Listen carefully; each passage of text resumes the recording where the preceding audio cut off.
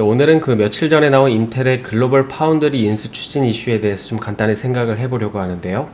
아마 이 소식을 접하고 나서 이 삼성전자를 보유하고 계시는 분들은 이거 삼성전자 악재 아닌가라고 이렇게 생각을 하셨을 수 있는데 오늘은 그 점에 대해서도 좀 개인적인 생각을 말씀을 드리겠습니다. 일단 이제 영상을 찍는 이 시점에서 보면 이 지난 이제 7월 16일에 이런 식으로 이제 기사가 하나 나왔죠. 인텔이 글로벌 파운드리를 인수한다는 기사인데 제 34조 원이라는 인수 금액이 이제 구체적으로 명시가 되면서 최근에 좀 지지부진했던 이 반도체 시장에서 또 한 번의 빅 이벤트가 발생하는 게 아니냐 싶었지만 며칠 뒤에 제 20일에 이 피인수 기업인 글로벌 파운드리가 부인을 하면서 요즘 트렌드인 이제 선단독 보도 후 사실무근 이런 전략이 이 기사에도 좀 적용이 되고 있는 게 아닌가 싶습니다. 근데 한편으로 생각을 해보면 아무런 논의가 없었는데 이제 이런 기사가 나오지는 않잖아요. 그러면 이제 이 시점에서 왜 인텔이 갑자기 이 글로벌 파운드리를 좀 인수하려고 하는 걸까요? 그리고 만약에 인수를 한다고 하면 삼성전자에게 정말 악재일까요? 이 점에 대해서 좀 간단히 생각을 해보겠습니다. 일단 이제 인수에 대해서는 이 이후로 더 나오는 기사가 없어서 이제 현재까지 드러난 정보들로만 좀 생각을 해보겠습니다. 그래서 일단 이 글로벌 파운드리라는 기업의 탄생 배경을 잠깐 생각을 해보면 이제 요즘에는 반도체 회사를 구분하는 방식에 있어서 삼성전자나 인텔 같은 이런 어떤 IDM, 그러니까 종합 반도체가 아니라 이제 팹리스냐, 파운드리냐 이제 이렇게 구분을 하죠. 그래서 팹리스 같은 경우에는 뛰어난 아이디어랑 설계 능력이 요구되는데 대표적인 기업으로는 엔비디아나 ARM, 퀄컴이나 애플 같은 회사들이 이에 해당이 되죠. 그러니까 잘 설계해서 이제 공장에 넘겨주는 역할을 하는 것입니다. 그리고 반면에 이제 파운드리 같은 경우에는 이 팹리스로부터 넘겨받은 설계도에 따라서 제작을 해야 되는데, 근데 요즘에는 이제 기술의 난이도가 올라가면서 이 공정의 미세화가 굉장히 중요해졌잖아요. 그러다 보니까는 이런 어떤 이 미세화 설비 확보의 중요성이 더더욱 강조가 되고 있는 시대라고 보시면 될 것 같습니다.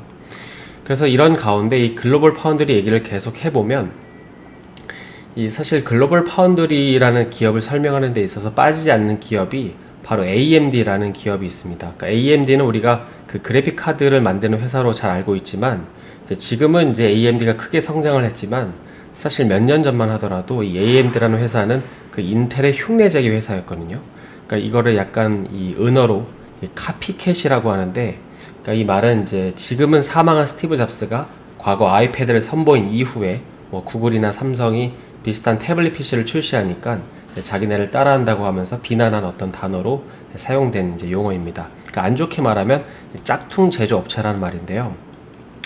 그래서 이제 인텔이 어떤 제품을 선보이면 AMD도 조금 더 시간이 지나서 비슷한 제품을 출시를 하는 거죠. 물론 이제 지금은 인텔이 좀 자만해져서 자만심으로 인해서 이 그래픽 부분에서는 AMD가 앞서 나가고 있지만, 근데 AMD도 그 시점에서 샴페인을 너무 일찍 터뜨렸어요. 그래서 원래는 이제 AMD라는 회사는 설계도 하고 생산도 하는 회사였는데, 근데 이제 앞서 말씀드린 것처럼 이 축포를 너무 일찍 터뜨린 바람에 이제 자금이 없어서 이 파운드리 부분을 매각하게 됩니다. 그러니까 지금은 이제 이 매각된 회사가 그 아랍에미리트의 이제 회사, 그 정부 투자 회사가 소유를 하고 있는데, 이제 이렇게 해서 분사된 회사가 바로 이제 지금 우리가 알고 있는 이 글로벌 파운드리인 것이죠. 그러니까 지금 인텔 같은 경우에는 자신의 경쟁사인 AMD의 생산 시설이었던 글로벌 파운드리를 좀 인수를 하려고 하는 것이잖아요. 근데 이제 그 지금이야 파운드리 위상이 이렇게 높아졌지만은 사실 몇 년 전만 하더라도 이 파운드리는 그냥 하청업체였습니다. 그러니까 현재는 하나의 제품에 사용되는 반도체 제품 개수가 늘어나고 또 한정된 어떤 제품 크기에 최대한 작은 반도체 칩을 넣어서 다른 기술들을 상대적으로 추가를 해야 되기 때문에, 그래서 요즘에는 그 팹리스 업체들이 이제 자신들이 설계한 걸 이제 파운드리에 주는 게 아니라고 하죠. 그러니까 파운드리가 생산할 수 있는 기술력 범위 내에서 이 그 팹리스 업체들이 설계를 요청하는 것입니다. 그럴 정도로 요즘은 대우가 많이 바뀌었다고 하는데요.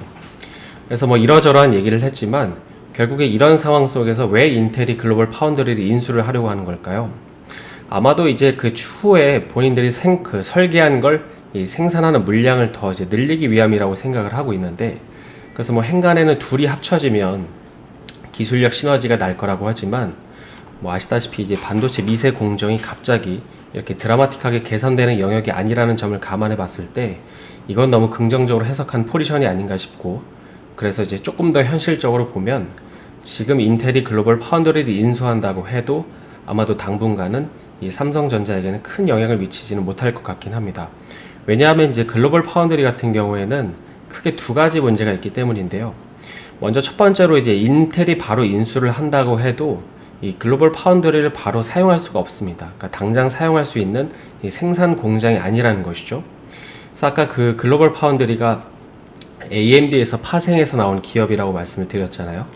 근데 실제로 이제 매각 이후에도 이 글로벌 파운드리의 주 고객사는 바로 이제 AMD입니다. 그리고 앞으로도 지금 한 2025년까지로 알고 있는데 2025년까지의 물량 역시 대부분 이제 AMD가 발주를 이제 맡겼다고 하죠.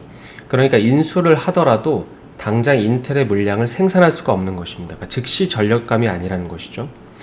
그리고 두 번째는 이제 글로벌 파운드리 같은 경우에는 이런 식으로 그 미세 공정 경쟁에서 꽤나 뒤처져 있습니다.